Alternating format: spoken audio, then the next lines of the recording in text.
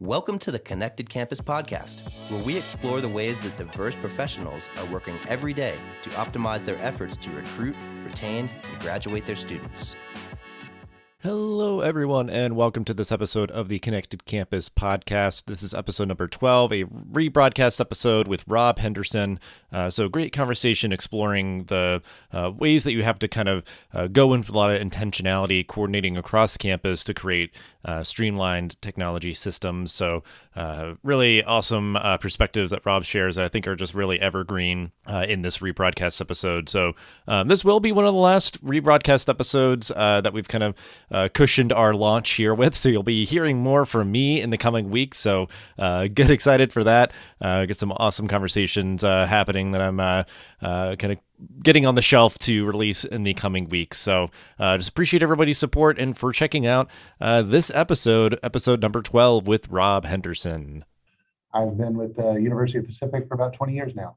Had a great time in a number of different roles, from project manager, network manager, telecommunications, data center services, help desk operations. So I've really learned a lot across all roles and responsibilities of the university, especially in this enterprise architecture role and working with a number of departments. Yeah, I mean, you're exactly the kind of person that we love to talk to. And I've listened to some podcasts that you've done before and read some things that you've written. And one of the things that's absolutely music to my ears as a product owner is, even in kind of a CIO and leadership, as architecture leadership position, you talk a lot about how technology itself is not the end all be all solution, that you're not going to buy a technology product that's going to fix your processes or have your people behave differently. It's not a magic bullet solution. I'd love to just kind of hear a little bit more about your thoughts about how people and process are important in a technology project to be successful. It really is critical to have the right people working on your technology projects. What's important is technology doesn't solve every problem. It's the people and the processes that use the technology that solves that problem.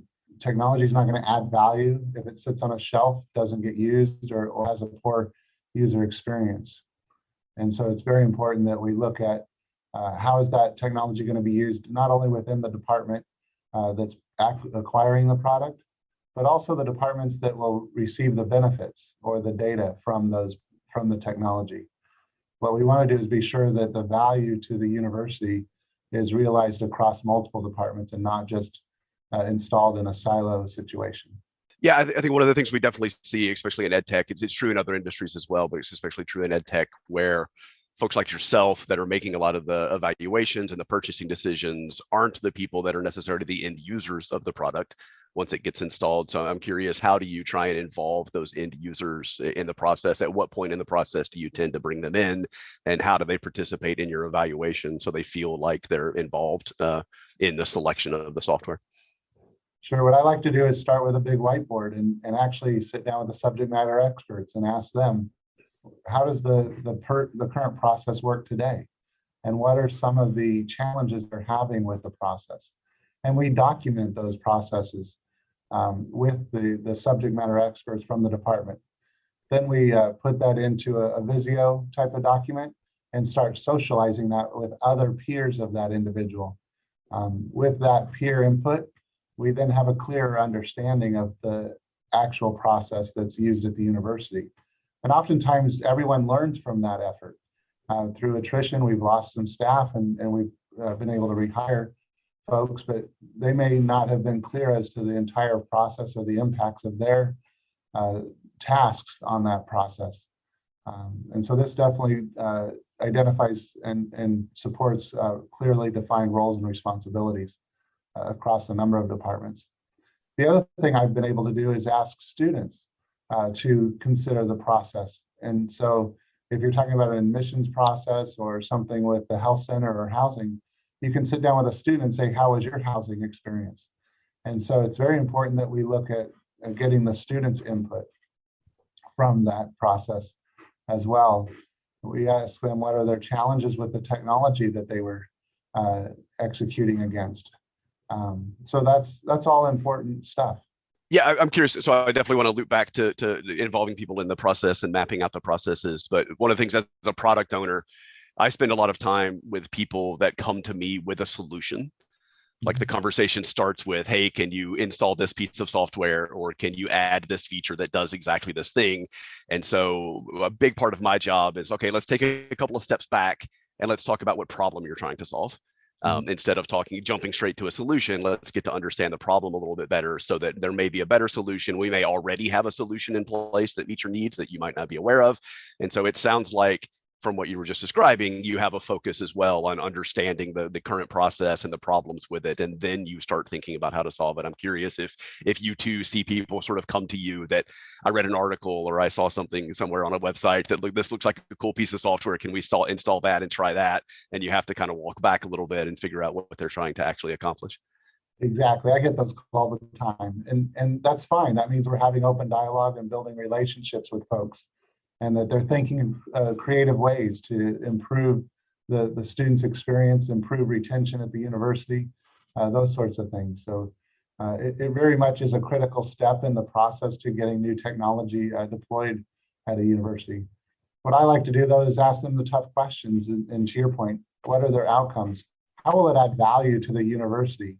How will it add value to the student's experience? Will the student be excited to use this product or technology once it goes live? And so I asked the folks to reflect on that purchase decision and make sure that they're clear in their mind what's going on. But also asking their peers to weigh in and provide input on those decisions. So if housing wants to change a system out, I'm going to ask student accounts or business and finance to weigh in. How will that housing change impact their operations? Yeah. So when you talk about like student success as a key metric, or student happiness with the products you're putting in place, I'm curious. I'm sure you, like all of us, are overwhelmed with the number of requests that come in and the amount of things that are in your backlog to try and do. How do those, like measuring things against those very specific outcomes, help you prioritize the list of things that you have to do and decide what to do next? How do you decide when you've got 50 things that people are asking you to do? How do you make decisions about where to spend your money and your time on how to move forward? And I wish it was only 50 things. But the truth of the matter is we're dealing with hundreds of smaller departments that are essentially small businesses in themselves. So what is the mission of that department, or the role in the university for that department? And then make sure that they have a clear understanding of that role and what they're supposed to accomplish. Clear roles and responsibilities is very important to understand, to make sure that we're not missing any gaps, project gaps. But what we'll do is take that list of requests and we run it against a matrix that evaluates the value, the goals to meet the university's mission, as well as understanding how it will impact the student's experience, the retention. We also want to understand, is there risks? Is there risks of not doing something? We then take that matrix and ask the university leadership, the cabinet, the vice presidents to weigh in, and sometimes it means that they have to put their project to the side in favor of another project because they see the higher value, the greater return for the overall university mission. So that's a very important step in the process. Yeah, so I'm curious there, you talk a little bit about the departments that you support and that they sort of run their own things a little bit. And like I've seen in my experience, again, in ed tech, that those things leads to a lot of sort of sprawl and redundancy, and one department wants one solution and a different department wants another solution. And sometimes they just go rogue and run with it and you find out about it later, maybe. Like, how do you allow the departments to meet their needs with like best in breed solutions for what they're trying to accomplish without having to support 1,000 pieces of software or services and 10 things that do the same thing, but different departments like those? Like, I know you've got to respect the flexibility for people to be able to do what they need to do, but you also, for your sanity, you have to maintain some level of unity around those solutions. How do you balance those two things out? Yeah, so it's about getting proper executive sponsorship on projects, making sure that it's at the right level, and that the executive sponsors are communicating with their peers. So we typically look for a vice president or an associate vice president to be the executive sponsor, and we ask them to share their project in their own words to the value and share that information with their peers so that we get that buy-in across the university, across the silos. What I do in meeting with a number of business leaders is I also ask them the difficult questions and ask them if they've looked or talked to their peers for a common solution. Typically that they're not talking, And so what I like to do is facilitate those conversations, just like this conversation here today, and facilitate those conversations by asking questions, getting them to talk, and then what other systems do the same thing. So I'll give them the picture of, well, I think these 3 or 4 systems do that same thing that you're wanting to buy a solution for. And when you have that conversation, and then they start to think, well, maybe I don't want to buy this after all. I'll just use what they're using, and the licensing, the bulk rate is cheaper. And then there's better ease of support, meaning we're familiar with the system that's already deployed, so we're not having to reinvent all of the support mechanisms for that tool and training for the users. Yeah, that's great. It sounds so easy to describe it, but I mean, it's definitely hard to kind of get people on board. But I think pushing some of it back to those end users to talk to their peers and sort of collaborate and come up with a solution, that's a great way to kind of drive that and keep you from having to be the middleman in all of those conversations. I think that's a great idea. One of the other things I'm sure people would love to hear, I would for sure, is how do you overcome, like what I like to call institutional inertia? We've always done it this way. This is the process that we've had for 10 years, and you're trying to come in and change this process. And, maybe the new process is going to be a little bit better, but the disruption of changing something that's the way we've always done things is pretty great as well. Like, how do you work with people to overcome that inertia where, they understand the process and they're just comfortable with it? And so any change to it can be scary to those kinds of end users. Exactly. So what we do is look for the biggest pain points in those departments, and we try to articulate how this new solution will solve that, or how joining an existing solution from another department will solve that difficult pain point. So if you solve the hard problems first, or the hard challenges first, then putting in that, merging that user into that existing system makes it a lot easier. So it's demonstrated ability helps a lot. Yeah, definitely making sure that what's in it for me is always going to be a factor that you have to make front and center to get people to buy into those kinds of things. Absolutely. I think, a lot of the things that you're talking about, like lessons like those, are often kind of hard won to understand the importance of those processes. I'm wondering if like you can reflect back on a few examples of when things didn't go the way that you're describing, and it was someone just purchased a piece of technology thinking it would solve a process problem or a people problem, and things didn't work out the way people expected it to. Like, what are some examples that you've seen in the past of people trying to go down that path? We've seen examples where a department wanted to purchase exam proctoring software, and they did not include the faculty in the decision-making process. They didn't ask for student input. And what we found in hindsight is that the students don't like to be recorded during taking an exam. They're already stressed enough. And so then they're battling maybe a technological challenge. So during COVID, they're working from home, internet may be spotty, and the recording fails. So if you could imagine being in the middle of an exam and having your recording stop, then that means the test stopped. Right. And then now you've added more anxiety. So, that would be one example. Another one is, everyone wants a system that will send out an email and communicate to the students that way. But what we found was that every department had some sort of email system that would spam or email all students. And when it did that, it overloaded the students' mailbox. So we discovered that we had students receiving over 150 messages a month. And so what they started doing, the students stopped reading their email. So these were less effective messages. The messages weren't getting acted on.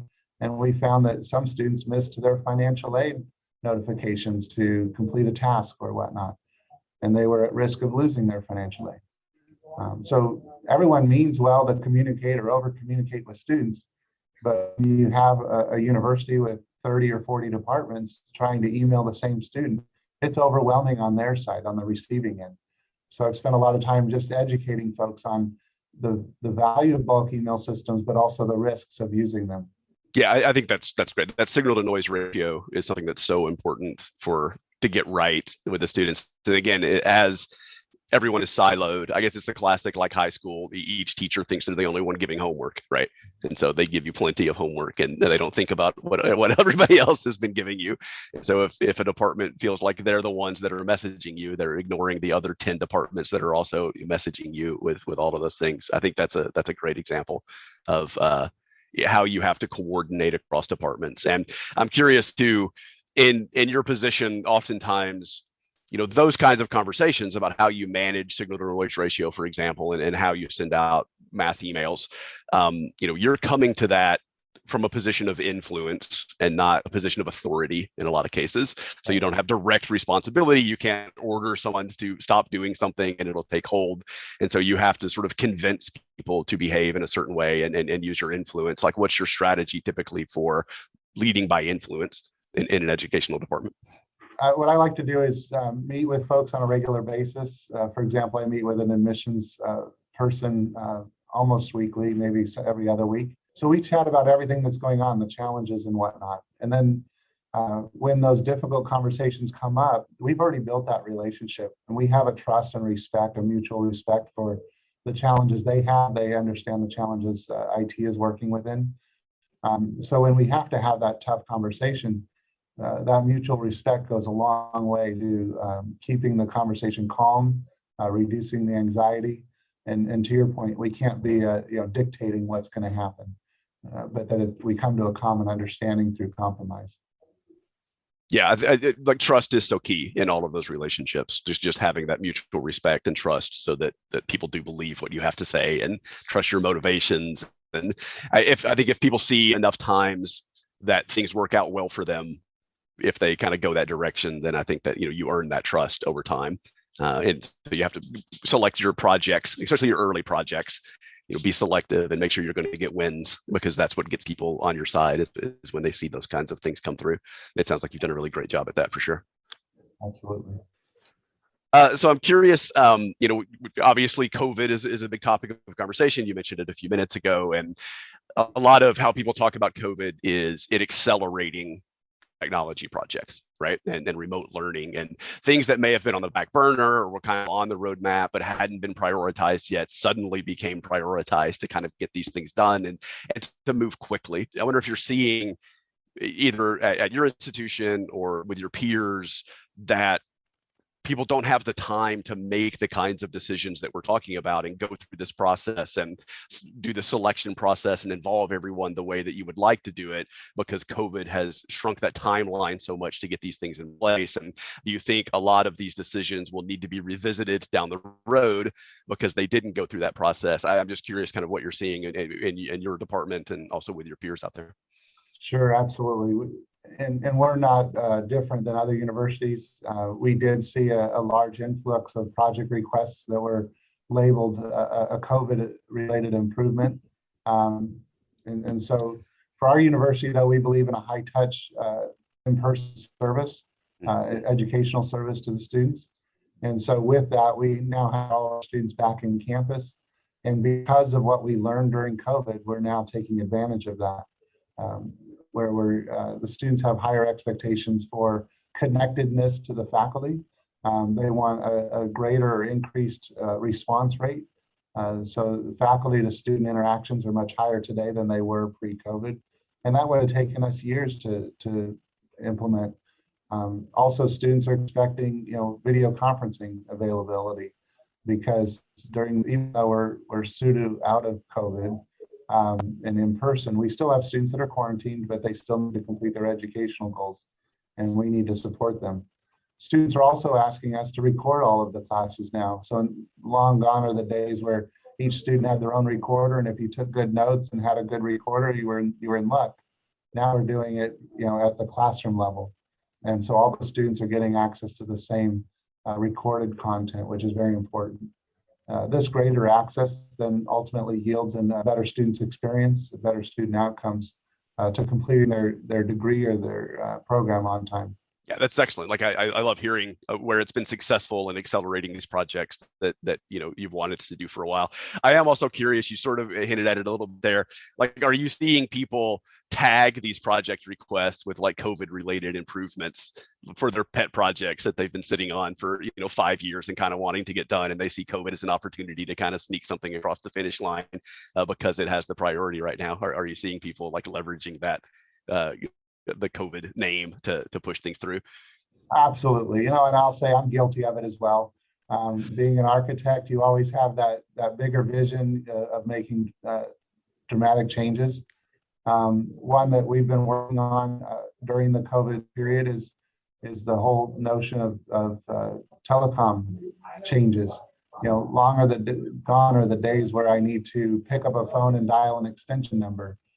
Now I can just go into my app on my PC and type in a name, and I can make a call, a video call, or change it to a group meeting within seconds. So do I still need this desktop paperweight? And so I'm guilty of pushing a project similar to that and removing the phone service in the traditional sense of what it used to be. But we had a number of other departments, and I mentioned video conferencing. That was one that we had been working on for greater than 10 years to get more distance learning, more online classes, and COVID accelerated that significantly. Yeah, we've talked a lot about like the selection process and involving people early on in the selection process and making sure that you're solving the right problems and you're picking the right tool to solve those problems. Let's shift gears just a little bit to talk about after that installation is done. And now you've got people starting to use the system, and there's always going to be kind of some uptake and a learning curve of how do I use this new system, and this thing that I used to do is not in the same place anymore, and let's go back to the old system because I knew it. Like I said before, I'm comfortable with it. This new thing's terrible because it doesn't do things the same way, even though that's kind of the point, is that the new thing doesn't do things the same way. Like, how after the install, like what's your approach for getting people comfortable and using the system and finally getting over that hump where that becomes the new normal for folks at the institution? Yeah, and I talked earlier about building those relationships. So it's again continuing those relationships after the project goes live. You don't walk away from the table. You actually lean in and focus more on that customer, so that they feel open and comfortable in telling you about the challenges they're having with the tool or technology that was recently deployed. So we continue to do that. I also like to reach out to the customers of the systems. So I may ask somebody in a completely different department, unrelated department, how's this system working for you? I've also been fortunate in my role to have co-op students from our School of Engineering join. So they help with 6-month stints. They're full-time. But through that co-op program, I get very smart senior level engineers. And so with them, I ask them first question on the first day, what is your biggest pain point with technology at the university? And so I get some very insightful information from that process. And that's how I discovered the email systems overwhelming the students and missing technologies. But typically, I might get the slow internet or I'm having Wi-Fi issues and that sort of thing. But more often than not, it's they're having a problem with a portal or with a piece of technology that adds a lot of clicks or is very hard to navigate. And so we're able to make those incremental improvements with the existing technology that's in place through the relationships that I've already built with those application owners. Yeah, how are you seeing, like, speaking of the students' expectations and what they're looking for with number of clicks and things like that? Like, I assume that has changed a lot, even just over the past few years of what students expect when they come into campus and what they're able to do. You're talking about the recordings of classes a little bit earlier, and what kinds of things will stay around post-COVID versus things that will kind of go back to normal a little bit. Like what are the key things you think have changed in what students expect and what you need to do to keep your students happy on campus? Yeah, they're expecting instant access at their fingertips from any device at any time.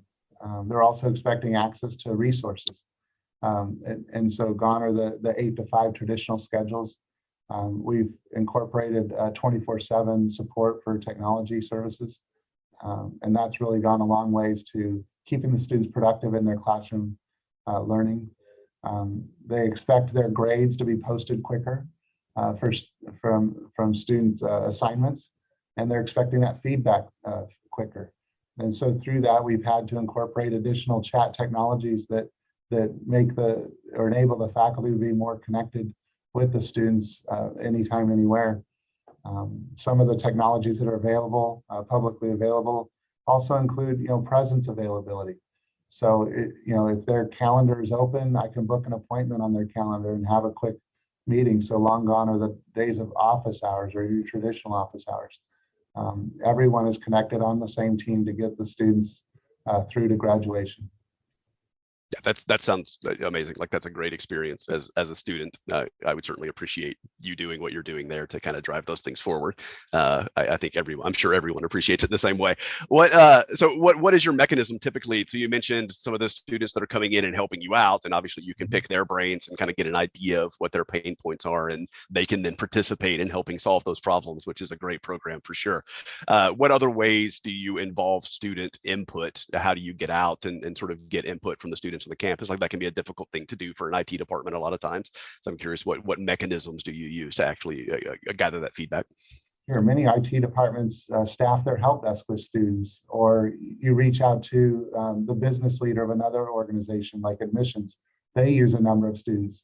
So you just ask, hey, can I sit in on your staff meetings to see what their challenges are? Or you ask them, the business leaders, to interact with their students and give that feedback. But ultimately, the students are our customers, and we need as much input back as we can get. The traditional days of focus groups is not lost in this sense. We may call it something else. But at the end of the day, that's what we're doing, is we're creating those opportunities for students to provide input to the direct leaders that can impact change. And are you doing surveys? Are you out there kind of reaching out to large numbers of students as well, or is it mostly the sort of qualitative conversations that you're having with folks that are coming in? Yeah, surveys have been used from time to time. They're not as effective because the students just don't respond. Again, back to the email problem. Right. They're overwhelmed with too many emails. So we have found it more productive if we do a couple things like do a pizza lunch and invite 5 or 10 students to sit around a table and just collaborate like we are today. That's been very effective as well. Or if their students already getting paid for doing their job, they're willing to step away from their normal day job and provide input through a focus group in a meeting room setting as well. So I'm curious, like one last thing to kind of touch on here with the COVID stuff. One of the things I'm really curious about is obviously COVID has changed the way that campuses run, and remote access, and like you said, instant access and video chat and recordings, and like all of these things have come in to help students get through COVID. Mm-hmm. I'm really curious what your thoughts are, kind of looking forward a little bit. How much of that rolls back to the way it was before COVID, and how much of those changes do you think are here to stay? Like what's the long-term or longer-term impact on technology in the education space? I think what you've seen and we've talked about today is a large number of different systems and technologies that are impacting the students' experience throughout their daily lives. So what I see, going forward is a consolidation of those systems and technologies in one way or another. Can I get them a single pane of glass, if you will, to access all those different systems? Can I get them away from logging in with a disconnected experience to 10 different systems to complete their daily tasks? Those are the things we're working on now, is to consolidate that. And then how can I create flags or triggers, if you will, for our internal staff to respond to students that are struggling? So we have a referral system. Faculty can refer students for additional advising or tutoring or that sort of thing. But there's other data elements that we already have access to that would be nice to incorporate into the single dashboard for students and for faculty to understand which students are struggling in their classes. So I see some consolidation of the interfaces over time. That sounds like an episode 2 of this conversation. Like I would love to dive deeper into that sort of student intervention and student success directly by combining some of the data. Like it's one of the beautiful things about bringing these different systems in is that they are collecting data and you are able to leverage that to do the kind of work that you were just describing. So I would definitely love to, in a future conversation, dive a little bit deeper into what your thoughts are there. I think everybody's definitely interested in that space as well. Yeah, so I learned a lot about how you're handling these technical projects and how you're getting them in there. I think you're doing an absolutely absolutely the right way by involving, thinking about process a lot and thinking about the people involved, because it's not a silver bullet. You're not going to solve it with tech. I'm curious, do you have any final thoughts that you want to share with the folks that we didn't have a chance to touch on in this brief conversation here? I think at the end of the day, what you're hearing is I like to be open and transparent, honest with everyone. We're all on the same team to complete the university's mission and get students educated in the way they like to learn. And so my final thoughts are, keep it open, keep it transparent. I absolutely love it. Thanks so much for taking the time to just have a quick conversation today. I've learned a lot. Hopefully the folks that listen to this are going to learn a lot. Thank you very much. Appreciate it as well. Thanks for listening to The Connected Campus. Please leave a 5-star review for the show and share it so others can discover us. Make sure to also subscribe so you never miss an episode. Thanks again for joining us, and we'll see you in the next episode of The Connected Campus.